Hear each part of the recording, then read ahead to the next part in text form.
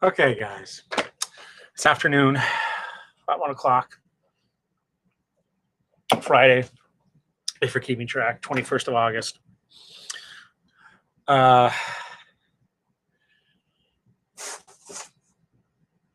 Today, one of the boxes I'm doing, don't go by the numbers because that's the number they slapped on it when they were loading when the movers were loading the trucks. This is a more recent box, excuse me, CubeSmart, one of the many storage companies in New York City. This was, I think, just down the street from my apartment. I never used them. I had a box in Midtown, or actually Chelsea, or by the High Line, about 23rd and 12th.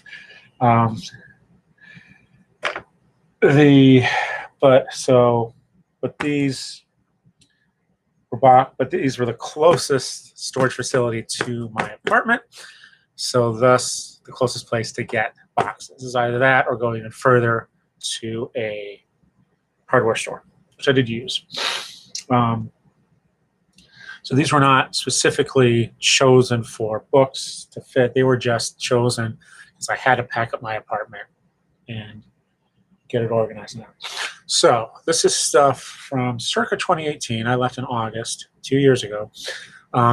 This is stuff I had in my apartment, so it's more recent things I've acquired, not so much the old stuff like that. But and of course, as you saw in, excuse me, the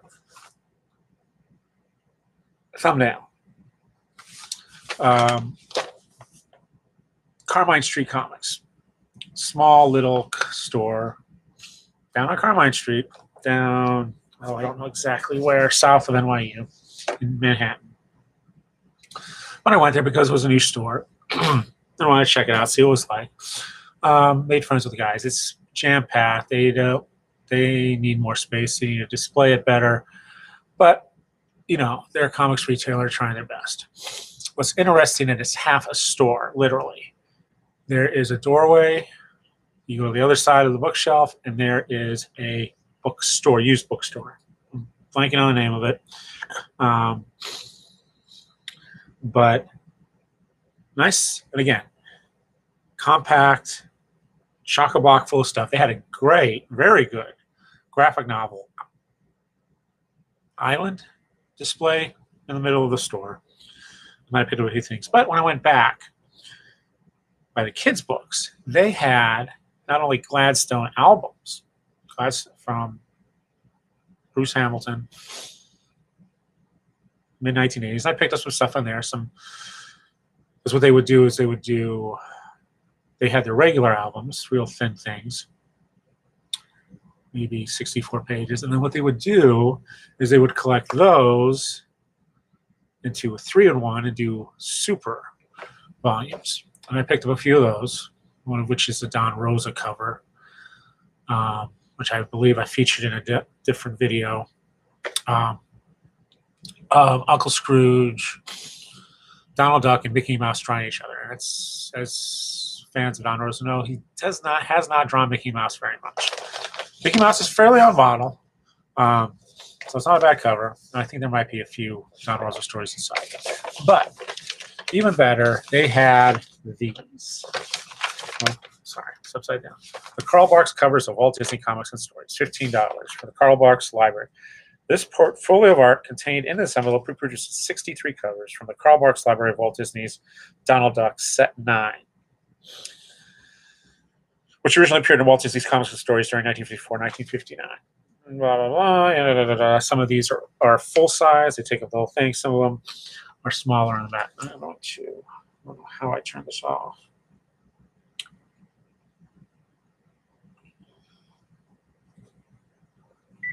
Just turn the volume down. Try that. See if that works on the phone, just in case. So anyway, the Carl Barks Library, for those who don't know, back in the 80s, Bruce Hamilton, one of the early comics retailers, became a publisher. He collected the Carl Barks stories from Disney, because they're great. He collected almost, I think, all of the EC stuff. Sure about Mad, because that was There's a separate, license. But everything else, I think, had been licensed to Russ Cochran. Would reprint a lot of that as albums, color albums, which are beautiful if you can get them. They should be available, not too pricey, because all that stuff's been reprinted a hardcover later by Gemstone and Dark Horse. But yeah, get them all because they're just great stories and great art. But they did slip-cased black and white reprints of the EC stuff, of Little Lulu, John Stanley, which have been later collected and reprinted by Dark Horse. And again, that's great stuff, especially for kids. But it's good stories just for adults as well. And the Karl Barks. So at the time, I think they were $100. Now, forget it. They come up probably at auction. But again, here's an example. So one side you have a full color cover. And I think these are all Karl Barks covers. And then you have smaller ones on the back. And I'll just give you a brief flash of the full color front covers. Because who knows, Disney might get me a copyright violations. You, of course, can go to comics.org, the Grand Comics database, and pull up similar, so many covers. Pull these all up, scans. Yeah, let's scan that and put something in that, Photoshop something in that black space. That's pretty good. Look at how low that ceiling is. What is going on? Yeah, I realize, what is he in, like a dollhouse? I mean, if he stands up, he's really in trouble. But again, artistic license.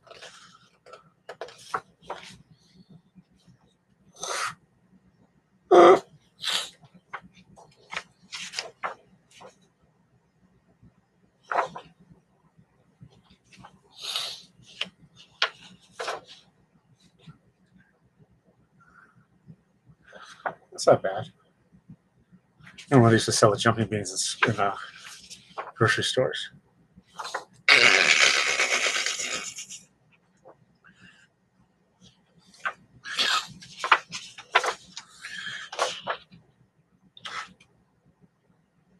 Now, I know in the comics, Donald talks perfect.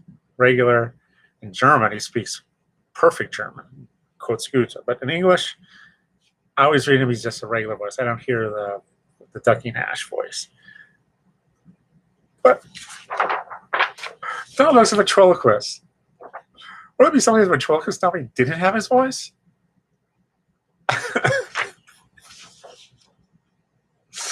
So the last time I worked with someone with a speech impediment. Uh-huh.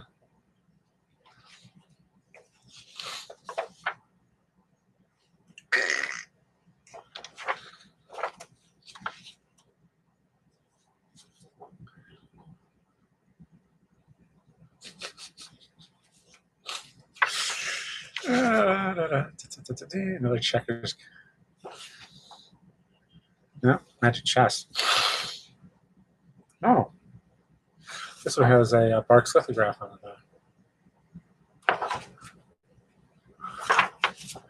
Right there. And there. And then we just have that one. So, and these were like, I don't know what he was charging for these, maybe $5. Oh, not even that. I didn't clean them out. I just bought up one of each and brought them back home and shared them on Facebook. That's suitable for framing. Originally $15. That's not bad for basically what's a bunch of posters. Okay, also outlet flats here. Oh, okay, this is no longer mint, but Diary of Wimpy Kid drives reading. Clings for your car. I guess that's his mom. Ooh. Jedi Academy. Postcards. It's in wrap. Ooh, here's another Donald. Cardbox covers of Walt Disney's Uncle Scrooge, $15. This is set 4 of the Karl Barks Library of Walt Disney's Uncle Scrooge. Comic books from 1950 to 1963. I'm not going to look that up. Copyright 1985. That's when they published it. Okay, I'll give you one. First one on top is, oh, there's 2 on each side. Very apropos, timely. Keep off the grass. Okay.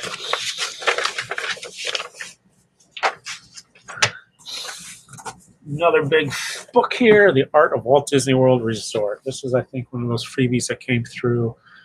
Maybe my brother gave this to me. Picked it up. Originally $50. Disney Editions New York. First edition, 2009. Camphor Tree book. Check these, but I don't know if that's actual Disney. But again, beautiful artwork from the archives.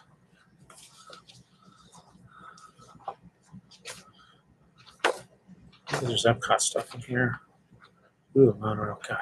I just love that artwork, that preliminary artwork from the 70s. But they didn't try to be hyper realistic. But they had to, sell a idea that, I don't know what that is, gouache on board or something. Okay. I didn't. Most of it by Michael Urie. Cool. A lot of interviews and all that. Wouldn't surprise me if these were excerpts from one of their many magazines. Tomorrow's good stuff though. Dragon and Captain. Picture book that I think came through our office. Yeah, number 3. This is their 4th book they published. But it's got comics in it, so I grabbed it. Might be one of the few copies out there. It's Flashlight Press. Ooh, adults only. Adventures of Olivia, $5. This is issue number 3. I think in this story, Olivia inherits a haunted house and has to stay in it overnight, and of course, hilarity ensues. It's fun. Pulchritudin is fun. Paper cuts, Ariel. More kids, of course. Dumbest idea ever, Jimmy Gallenly. I wonder, did I get him to do this? Might just, yeah, this was a freebie. I mean, he signed one of these and sketched it. And it is his memoir comic from Scholastic. One was working on now. Nice guy. Talented. Saltwater Taffy. This is number 4.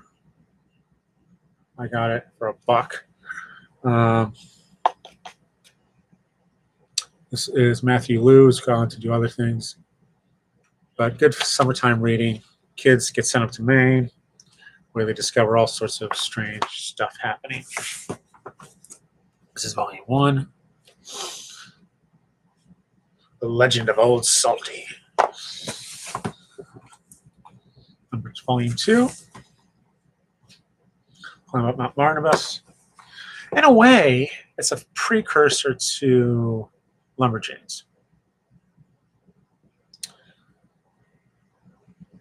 But more, and also more of a precursor to Gravity Falls. And that these kids get sent up to the summer, and there's weird stuff. Just saying. Andy Watson. I need to look, see what else they've done. This is Glisser issue 1 from Image. For Levine's Jennifer Holm. This is prose.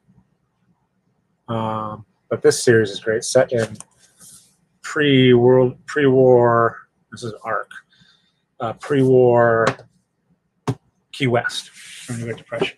So it's historical fiction, but well told. Read everything Jenny Holm writes. And that does, yeah, including the popular memoir A middle schooler takes an old 1950s book on how to be popular, follows it to the T, and writes about his experience. 1950s popularity guide. Down here, oh, there he is. Here's the one he signed. I know. So there's his self-portrait as a kid, his signature. Here's the 14th Goldfish, also an ARC by Jennifer Holm. This is more paranormal science fiction, I guess. Weird stuff. Local lab. Oh, Pride and Prejudice, the manga, Jane Austen. Yep. From Udon and Morpheus. Manga Classics.com. Les Miserables. Pardon my French. What else we got down here? Insufficient Direction. This is manga memoir.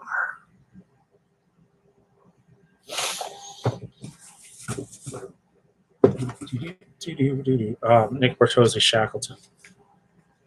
Yep. New sketch for me. Nonfiction comics. Nick Bertozzi is very good at that. Yeah, I don't know what he's on lately, but recommended. How to Fake a Moon Landing by Daryl Cunningham. About hoaxes, conspiracy theorists. Moon hoax, homeopathy, chiropractic, then a memoir, vaccination scandal, evolution, fracking, climate change, and science denial.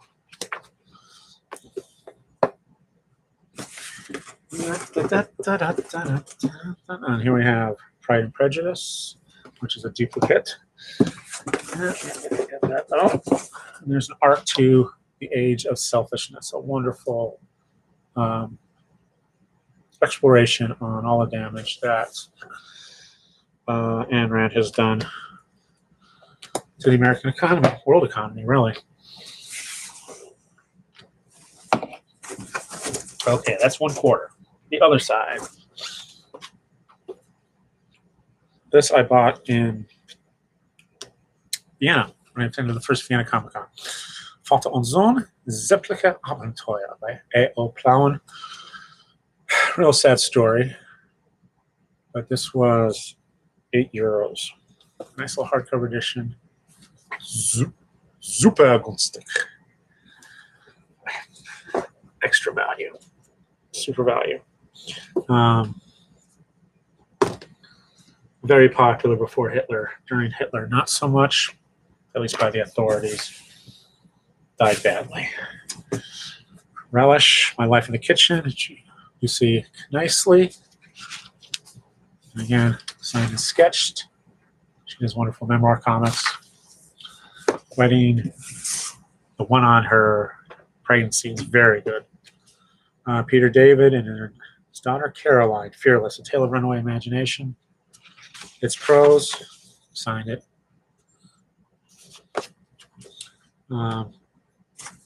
It's sounded good though. The Wrenchies. This is first, second. Doesn't look like it. Yeah, again, personalized, quick sketch. My monkey's name is Jennifer. Okay, and she signed it on the cover. Great story.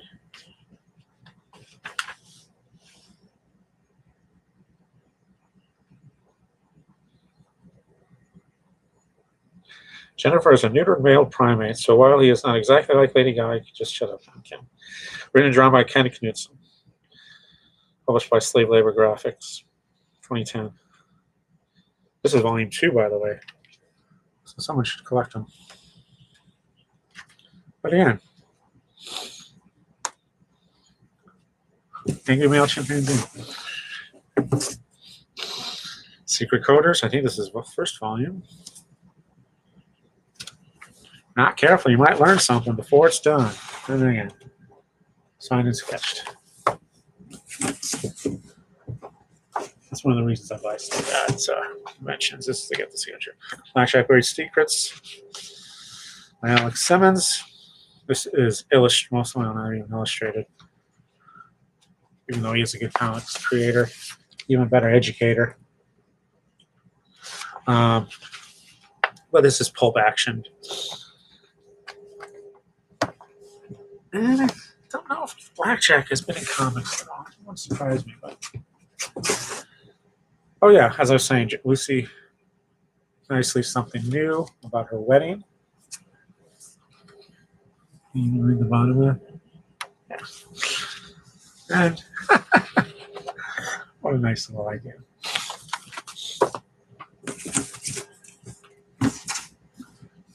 Fangirl, Rainbow Rowell. She did.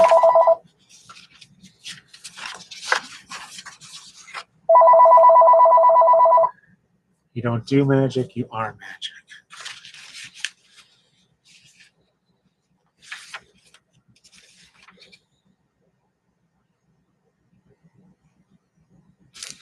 First edition. And as I said, I discovered it first when I read the World Herald every day online when I lived in New York. And she was a columnist. She had her own blog on the World Herald website. Allowed comments, so commented. So, yeah, I knew her before she was richly famous. Good for her. On the books, The Graphic Tale of Working Woes at New York City Strand Bookstore, which I did buy at the Strand. It's probably the only place you could sign. And it's signed. It says it's signed. Strand signed edition. Yeah, there it is. Strand is one of those places I try to avoid. It's a great bookstore, both for new and used books. Great events, great selection.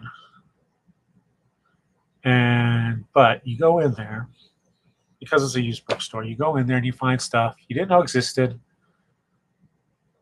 didn't know you needed, and you're never going to see again. So you got to buy it then. So you end up walking out with about 40 pounds of books and $200 spent. So wonderful place. Highly recommend it, but just giving you a warning. A lot of review copies on it there. Here we have Manga Classics Great Expectations.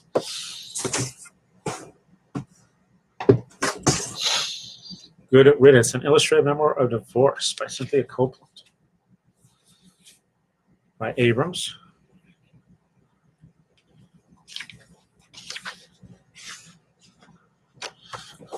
But again, memoir, nonfiction. I collect it. Geeks Out presents Power, a collaboration of queer comic creators, sharing tales of strength and power.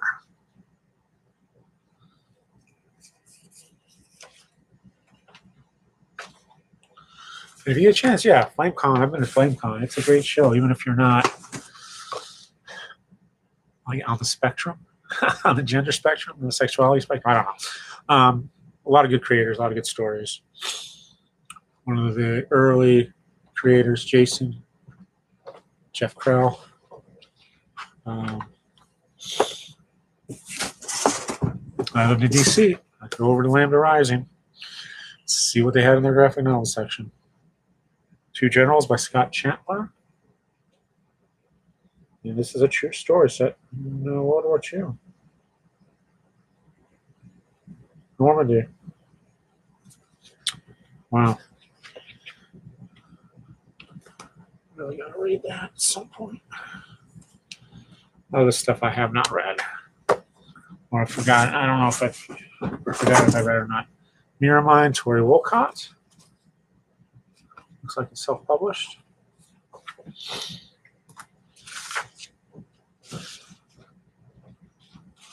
Here we are. Signed and sketched.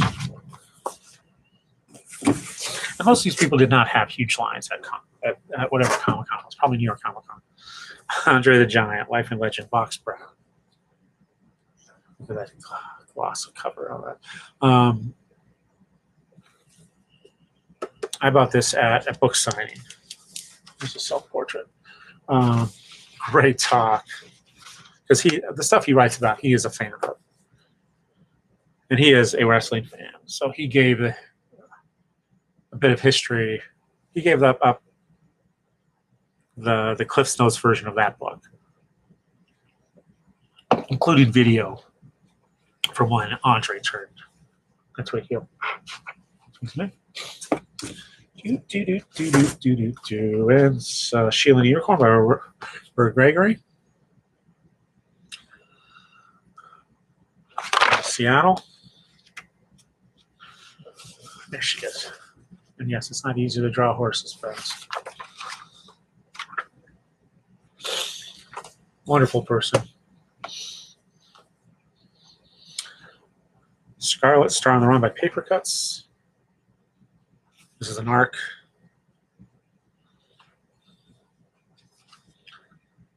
Really like that style of pen ink and then pastel coloring. This is 3-color? No. Yeah, it's green. Lavender, well, it might be 4-color. I don't know.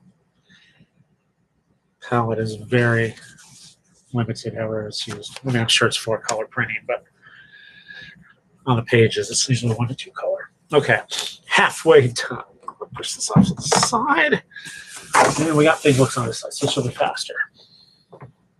Adept Content Solutions Book Production Handbook. Want to publish. They're out of Urbana, Illinois, or. And this is. So you want to print a book. Developing an ebook, acquiring ISBNs and barcodes. Proofreader marks. Nope, not hobo signs, but actual proofreader marks.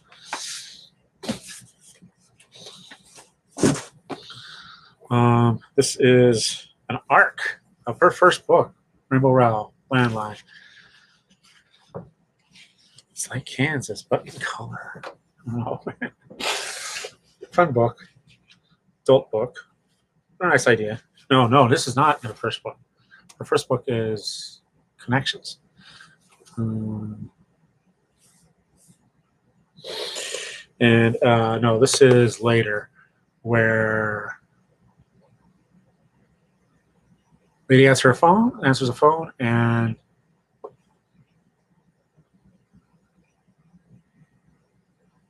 calls her past self, future self. I don't know. Read the book. Talks to herself on the phone while they're going away for divorce. Nice idea. Whoa. Airboy. Robinson and Hinkle. James Robinson. Again, I don't say I would read everything he writes, but I would at least look at it. Greg Hinkle, artist. I think it was signed now. And taking over from the stuff done, which I think is based on the 40s. Eclipse printed it in the 80s. But then they take it for further. Oh, shrink wrap. So I know this isn't signed, and it's not the one I originally bought. Sandman Overture. Neil Gaiman, J.H. Williams, Dave Stewart. Just perfect. J.H. Williams is one of those guys who can draw anything. Just about any style. I don't think I've seen him ever do cartoony. Oh, this is it. This is fun. Back when I was a kid, I didn't have this one. I had the Spider-Man. Book and record set. Peter Pan, I believe.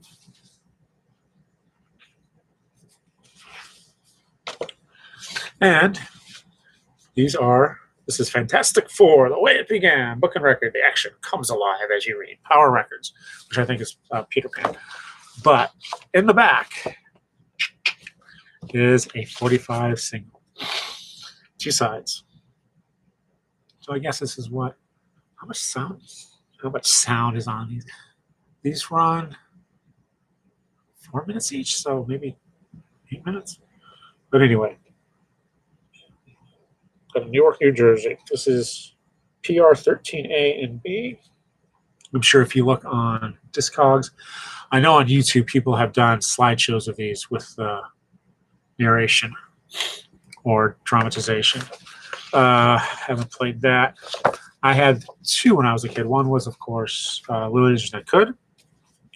Moo Moo the cow, eat lots of hay. I sit on the tracks for most of the day. My milk is so good, it doesn't take strong. We're all little children to go big and strong.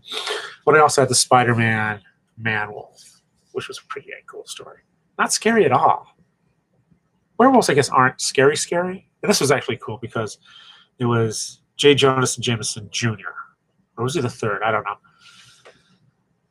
Astronaut goes to the moon, brings back this ruby, puts it on a necklace. How he got it past customs and NASA and government regulations.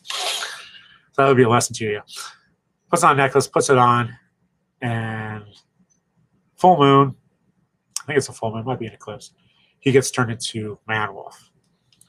And the image, of course, is him wearing this spacesuit that's tattered because now he's a werewolf.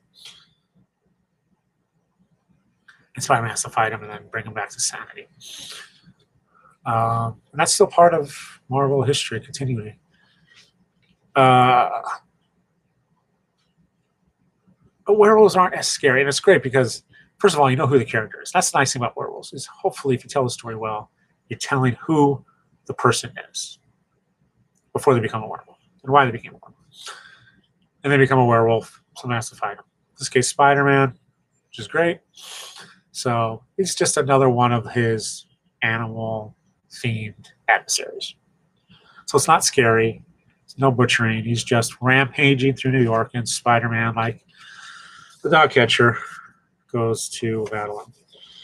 So just an example of the artwork. I think this is post-Kirby. Does it give credits? No. But the way it began, exclamation points.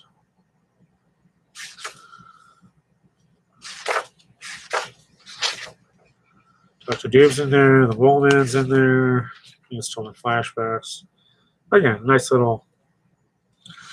But you had Spider-Man, Hulk, Captain America, Fantastic Four, which is this one. Frankenstein, Dracula, the Man-Thing, the Wolfman, Planet of the Apes, Escape from the Planet of the Apes, Beneath the Planet of the Apes, and Battle for the Planet of the Apes. That's numbers PR10 through PR21. Again, $1.49 back in the day. I bought this at a convention. Who knows, maybe $5. And yes, it's approved. Approved by the Comics Code Authority. Produced by Herb Davidson and Charlotte Sanders for the Charlotte Roots. Synthesizer by Univox. Synthesizers. Of course, it's Fantastic Four. Why wouldn't you have a synthesizer? Now, what's this on the side here? I have 2 books on the side here. Let me grab those first. We have My G Generation, A Journey Through Parkinson's, Penn State Press, graphic medical memoir. Yeah. So again, nonfiction comics. They have a whole line of it, and that's a major thing now with memoir. I mean, I showed you yesterday, Epileptic, excuse me, which was about his brother dealing with epilepsy, seizures. Then we have Lena Finkel's Magic Barrel, a graphic novel. Penguin Press, which was a nice surprise. Yep, Everett signed. Because Penguin did have some graphic novels back in the 80s. They were in the Mouse Implosion. Sort of literary comics, not underground, but independent comics. Market imploded. They stopped. They didn't have really anything in their backlist of interest. So it's interesting that they published that. I don't know what they're doing now. They're part of, it's not now Penguin Random House. They've merged. And Random House, all the houses are doing graphic novels, just not set in prints. So be interested to see what else they do. Okay, going back to the pod here, we've got, oh yes, New Yorker Cartoons of the Year 2014. Not to be confused with the cartoon issue they do every year. This is an annual.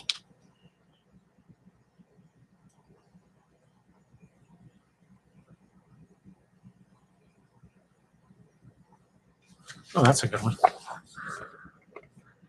Yeah.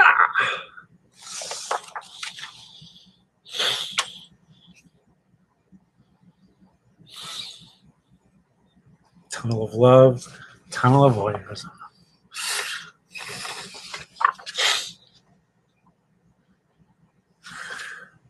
I hope they clean the water. I didn't say it.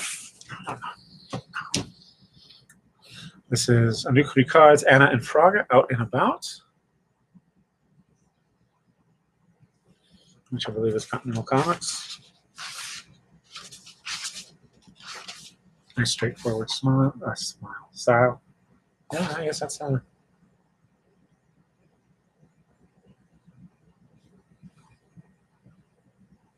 Invite the local werewolf. I think it's a werewolf to play Scrabble. Oh, this is interesting. Oh, yes.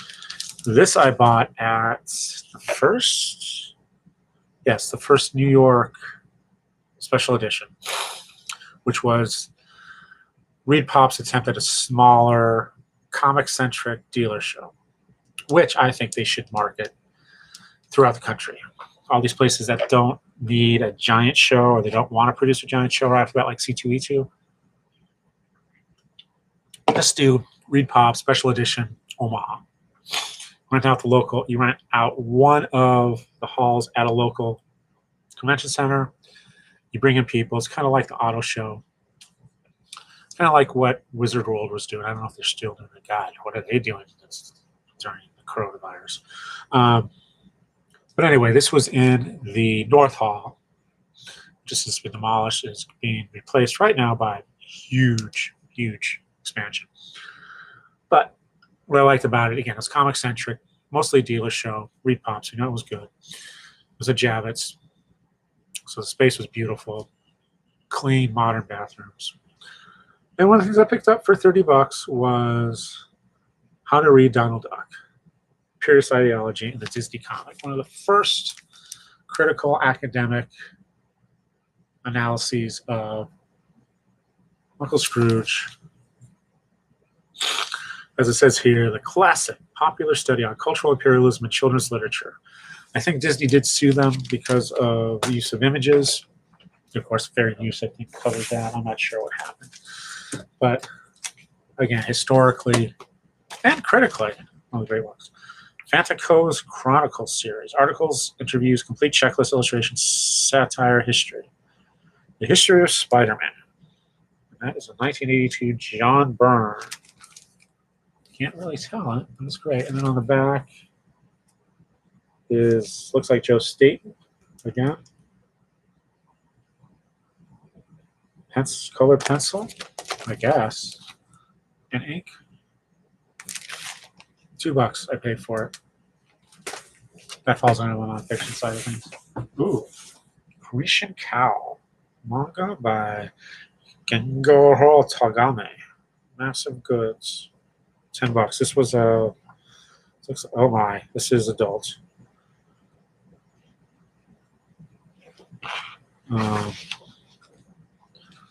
As you can see on the back.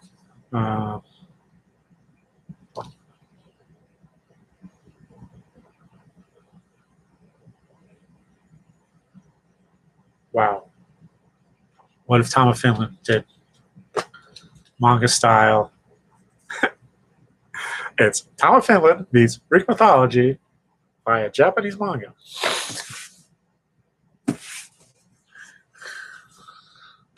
As I was saying yesterday about Larry Gonick, this is the Cartoon Guide to Algebra. One of his more recent books, as I said, these are more recent. This is probably 2018 itself. 2015, okay. I don't think I've read this completely. Don't need to. I did pretty well, man. Oh, what's this doing in there? I know what's doing in there. This is Superman, Volume 1, Before Truth, which is not really Volume 1. Because this is Gene Luen Yang and John Romita Jr. and Klaus Janson, which collects issues 40 to 44, and the story from the Free Comic Day Special Edition. So it says Volume 1 because, again, it's a new direction. I think his yeah, you can see there, his identity is, this is issue 44, so by 52, of course, they had rebooted the New 50, redone, rehabilitated, renovated the New 52. Not a bad series. His new Superman, really, really good. Oh, The Passion of Gengoro.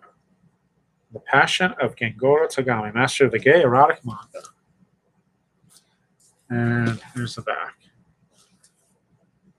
This was Bruno Gamunder. Yeah, they did a few graphic novels. Gay publisher. Gay arts publisher, I think. Most of their stuff. But they've been doing some graphic novels. Picked it up. Again, it's sealed for your protection. Greenland Book 1 by Chad Sell.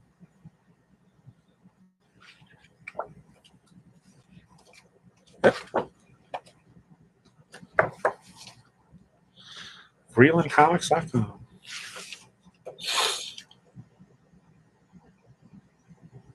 After college, I moved to Michigan and took care of my grandparents. This is the story about the awkward, funny, unexpected, sad, surreal, poignant, and heartbreaking 4 years that followed. Wow. Another DC book here. Nope, kind of, sort of. The DC Guide to Creating Comics, Inside the Art of Visual Storytelling, Carl Potts. And this is Watson Guptill. They did a whole series of these. All are recommended. I really wish they would do like a huge omnibus volume or a slipcase edition. And there's his self-portrait. I like to get self-portraits from people. Also a good journeyman. He's not a hot artist, writer, but he's been doing it a long time. And this is almost 200 pages of storytelling of comics. There's another volume of lettering and coloring. That's half and half. Writing comics was a first by Dennis O'Neil. Highly recommended. Klaus Janson did one. There's penciling. I think there's inking. All the different steps. So if you want to know how to make comics, that's not a bad place to start. Ultra Klutz Book 2, Jeff Nicholson. One of the early stars of mini comics. Again, don't know what he's up to now.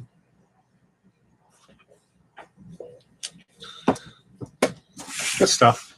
If you see it, give it a try. You might like it. Black Dahlia, a crime graphic novel. Adaptation of the James Ellroy memoir? True crime book. No, it's a novel. And this was published by Archaia. And I believe, and this artist, I believe, is the one who did. What else? He did something recently that was an adaptation. I think it was The Lottery. That would be David Fincher. Miles Hyman are the artists on this. No, Motz is I think the writer. Yes, Miles Hyman is the artist on that. Nice style, almost like a batik. And here we have the Cartoon Guide to Calculus.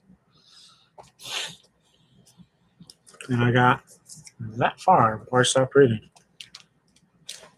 And the receipt's still there, and it has not gone completely blank. We have 30% discount, employee discount. Bots. What's the date on this? Customer copy. February 2012.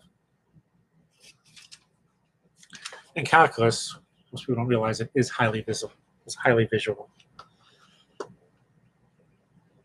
Both on graphing, but also on comics and applications. Yes, you can use calculus. Nice little design here. Of course, by Linda Berry. Syllabus. Again, if you want to draw comics, read her stuff. her recent stuff on creativity comics. Notes from an accidental professor. And also, Linda Berry is one of the best people out there. If you can get it, go to a talk. She is amazing. Her Marvelous stuff, which is early, same era as Life in Hell, Matt Groening. Her Marvelous comics are gut-wrenching, really. Semi-autobiographical. But just incredible stuff. I've been till brief. Love and Longing in Old New York. I think this is it's a book about the lost world of pickle barrels and dibbocks. But it's more than that. It's also about how the ghostly past overlaps with and transforms the present. The drawings and text complement each other perfectly. And I think what this is based on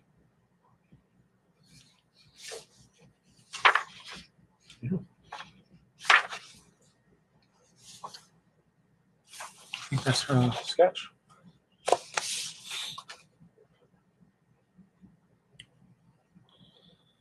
Mental brief. Here's for a bundle of letters. Deeply popular, deeply affecting, often hilarious advice column in the newspaper, The Forward.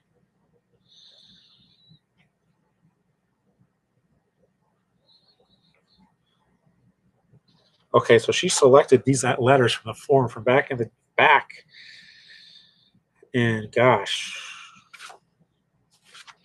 1910s. It illustrates them. You saw earlier, I posted, but man. So, what are a lot of letters. Here's an arc of Lowriders in Space, ongoing series, chronicle books. It's an arc. Again, go to the kids section of your local public library. They should have a copy. If you don't, ask them. They'll probably get it for you. Ooh, as I was telling about Jim Ottaviani, who is by day, I think still, is a university librarian. This is The Imitation Game, Alan Turing Decoded. What a beautiful edition that is. Originally $25. Abrams. This is an autographed copy I got at a Bots, at a probably Mocha. 2016. There he is. Again, author signature, because he doesn't draw. Leland Purvis, who he's done numerous works with. But this tells you all about his life, history, how he went to war, broke the access codes,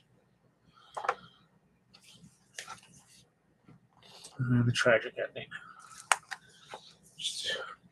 Let's finally apologize for. We get to the bottom here, 2 more books. This is Hole in the Heart, Bringing Up Beth. This is an advanced copy from Penn State University of Graphic Medicine, the Graphic Medicine line. It's from 2016. But again, it's a graphic medicine memoir.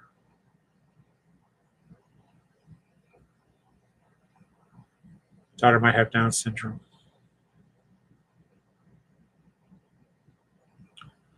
Baby required corrective heart surgery. Jeez. Hey, and on the very bottom, from AMP, Unicorn versus Goblins. Another Phoebe and her Unicorn adventure. Dana Simpson, she, and I hope I'm using the right pronouns, is also a great creator to talk to. Don't know what volume this is in. She's been doing this, gosh, probably for at least 10 years now. That's adorable. Accessible, magical realism.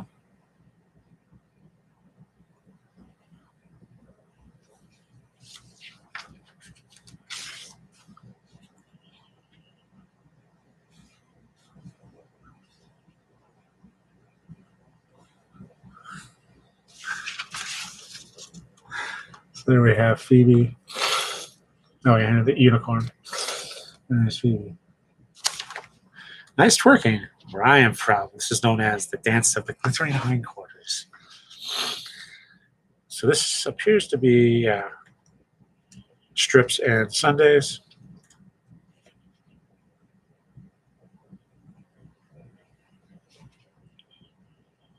Mari, that's the name of the unicorn.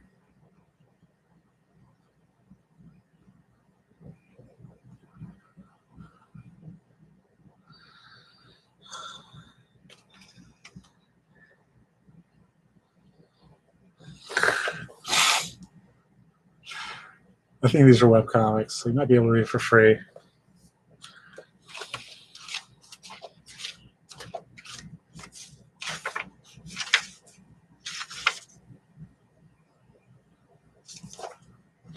So, glad to have left out something fun. Almost an hour of talking. Again, here's that box I was telling you about. 16.5 inches by 12.5 inches by 12.5 inches. Haha, Peconia. For the longest time, not for the longest time, but when I was a kid, I had these little square, and I'll show them when I get to them. Peanuts hardcovers, like Security is a Warm Blanket. Happiness is a Warm Blanket. You know those little books. Peanuts.